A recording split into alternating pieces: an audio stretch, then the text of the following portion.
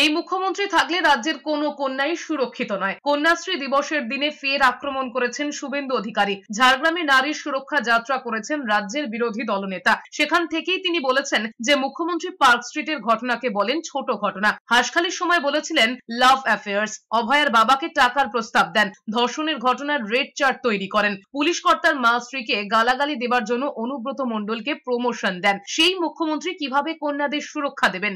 কোন কন্যা মমতা বন্দ্যোপাধ্যায়ের আমলে সুরক্ষিত নয়।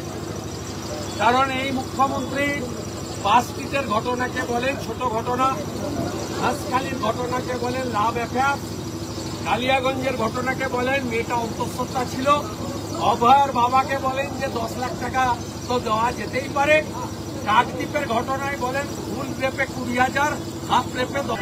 এই মুখ্যমন্ত্রী থাকলে কোনো কন্যা, কোনো বোন, কোনো দিদি, কোনো মা সুরক্ষিত থাকতে পারে না।